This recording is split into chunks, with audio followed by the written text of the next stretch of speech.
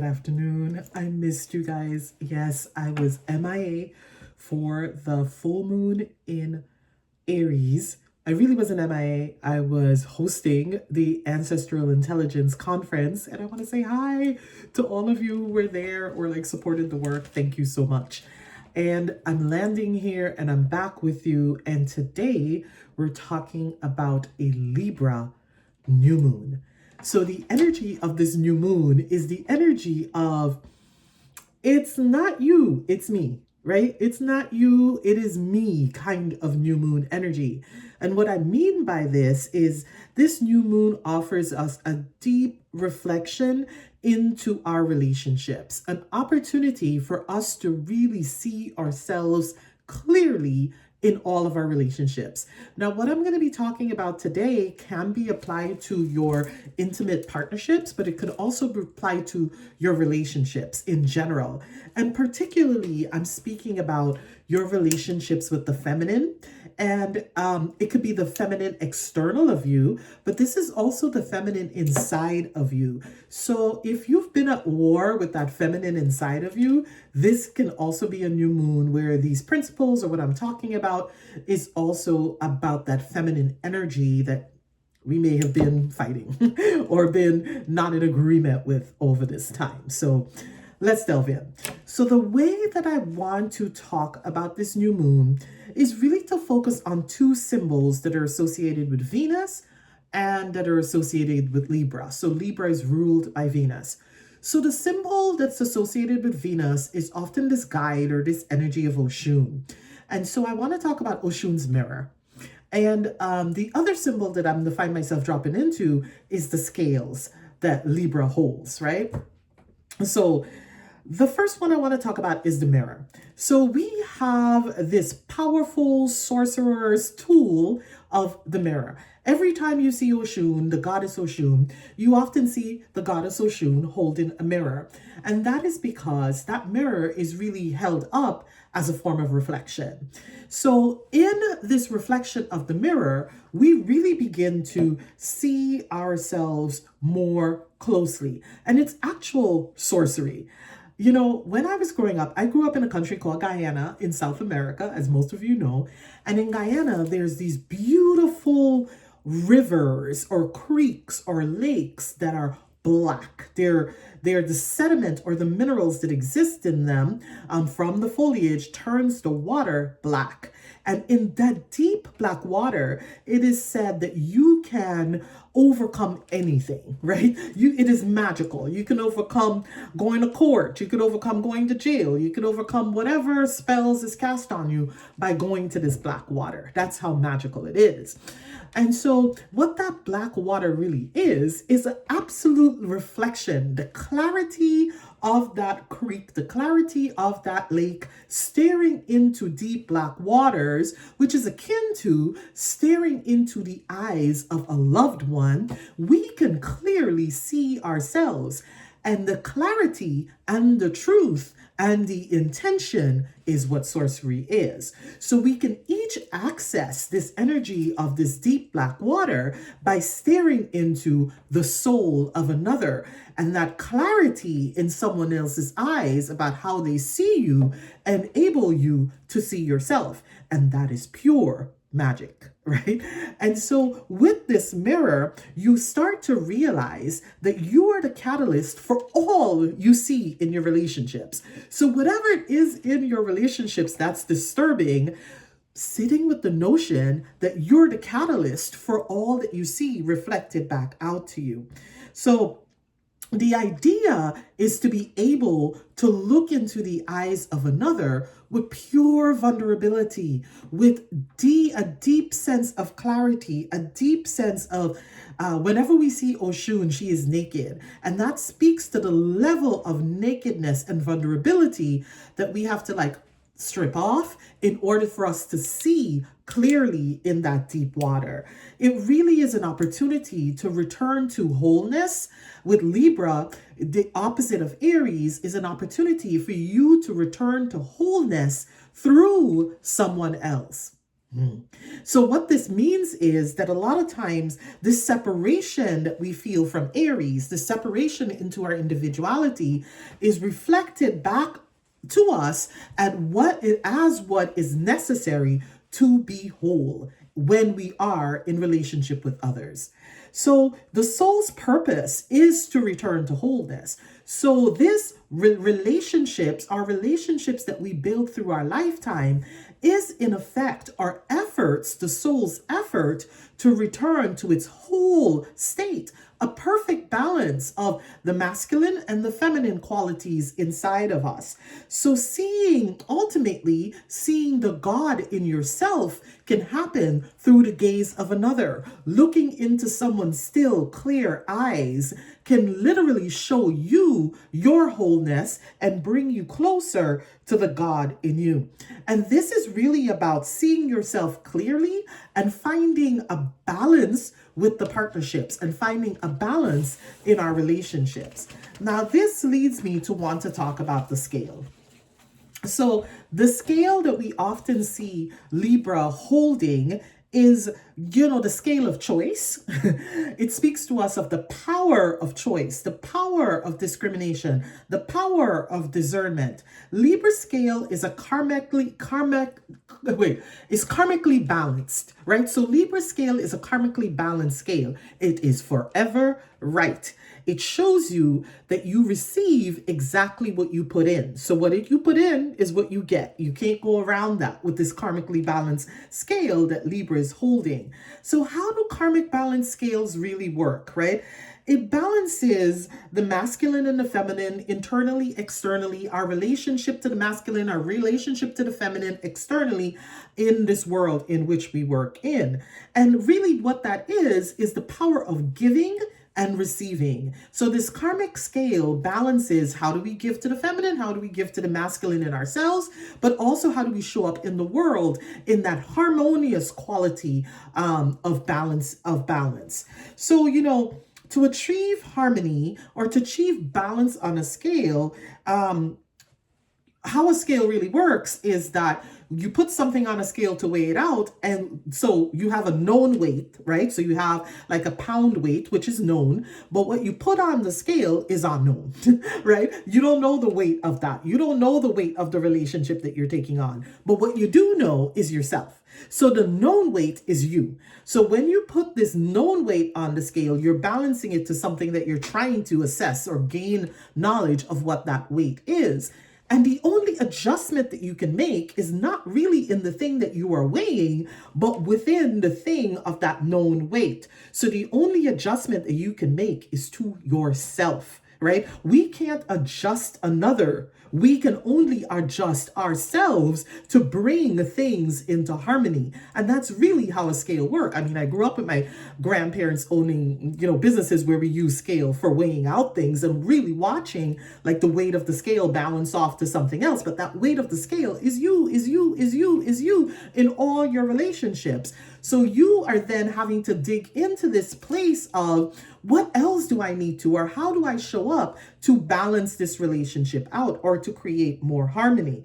So the adjustment that's needed needs to come from really seeing yourself clearly, really understanding who you are before waiting for somebody else to adjust, and to apply the knowledge of who you are to create more harmony in your relationships.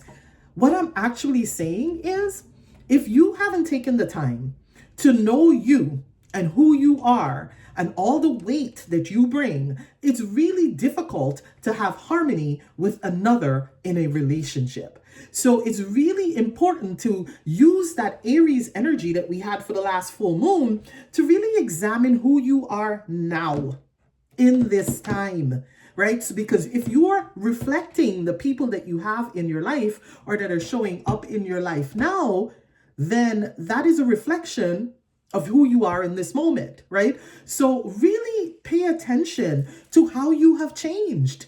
Use your power of choice, use your power of discernment, and pay deep attention to, are you calling in harmonious relationships at this time?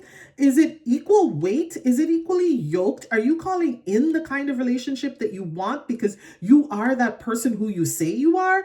Or are you still showing up with parts unknown, pieces unknown, things unknown to yourself that now you're trying to weigh against someone else, and you really can't weigh it against some unknown weight when you are the unknown? That really has to be the part, right? The part is knowing you in order to pull that harmony of the person who is equal to you.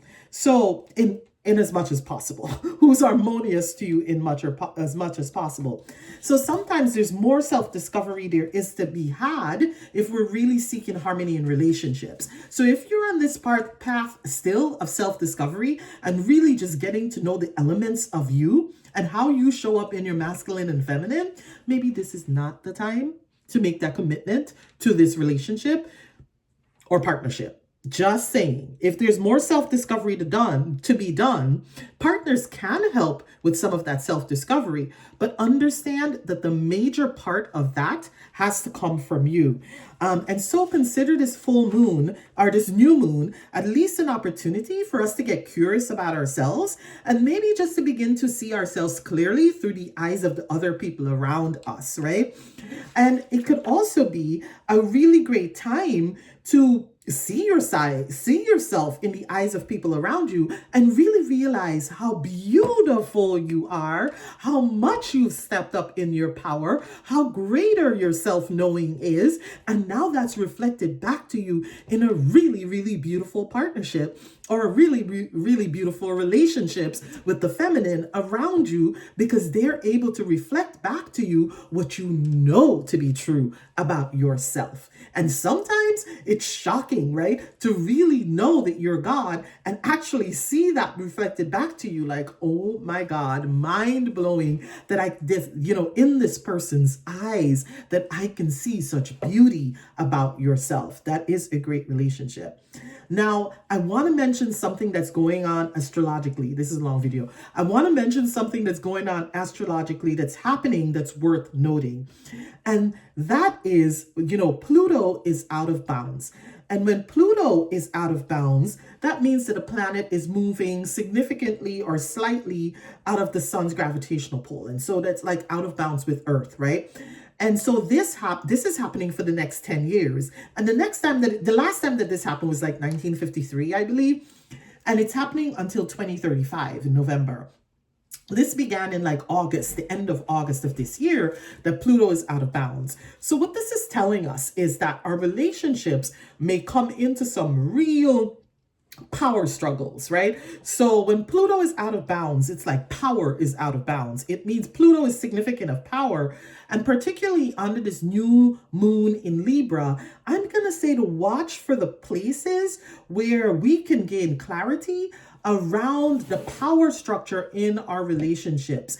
Are we being dealt with, are we being under someone's power? Is power being used as a weapon? So is power being used as power with, or is it being used as power over? Meaning that do your relationships have you in some sort of power struggle where folks are holding power over you? Or are you feeling like you are sharing the power that's occurring in your relationships? And so you may want to pay attention to that during this Libra full moon, the structure of power in your relationships, and ask yourselves, like, how empowered do my relationships really make me? So do your friendships with women really give you power?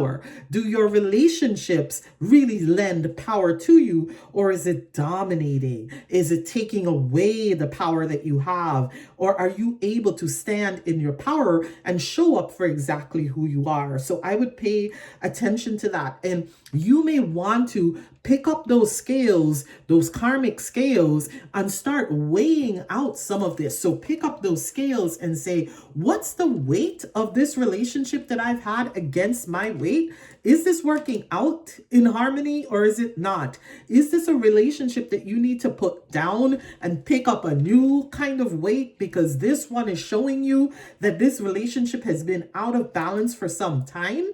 And if you are noticing that the majority of your relationships have been out of balance for some time, I say maybe it's time that you pick up that mirror and really take a look at yourself and learn, do some more self-discovery. What is it that you are bringing to the relationships? What is it that you're offering? How are you showing up that's creating this kind of power dynamics in your relationship? Are you still afraid to stand in your power? Hence, other people come in and just have power over you, right? Or are you comfortable with your power, standing in your power, and really looking for harmony with another? So look at the scales, look at the mirror, and pick up the scales, right? Those are the two things that I want to mention to you. Now, the last thing that I'm going to say is that the organ that's about balance in the body is the kidney. The kidney is really the point of origin. In Chinese medicine, it's believed that the kidney was there even before the heart. So oftentimes, the point of origin, or this point of balance, or this creation of God in you is coming from the kidneys, right? So we want to look at, like, how are we nourishing our kidneys? How are we showing up fully with full nourishment for the kidneys, right? So that you can feel less afraid of what it's like to stand in your power. And some of the best herbs that I like to work with for kidney nourishment, nourishing your kidney yin, is astragalus, and ashwagandha nourishes kidney yang. So it's a really great benefit. So this is where adaptogens really shine, because they nourish the kidneys. So astragalus, ashwagandha, shadafari are some of the ones that are coming to mind right now about how you can nourish that kidney and nourish this relationship that you have with seeing the whole, feeling more harmonious in your body so that you can feel more harmonious within your relationships, or how you show up into the world. I think, I think that's enough for today. I truly appreciate this opportunity to sit with y'all again and to talk to you. And I look forward to the next time that we meet. But until then, take really good care of yourselves. Don't put down those scales, and certainly don't put down the mirror. And we want to choose partners who we can see deeply and clearly into their eyes, right? That's really important for us now. So thank you. Take care. Have a great afternoon. Bye-bye.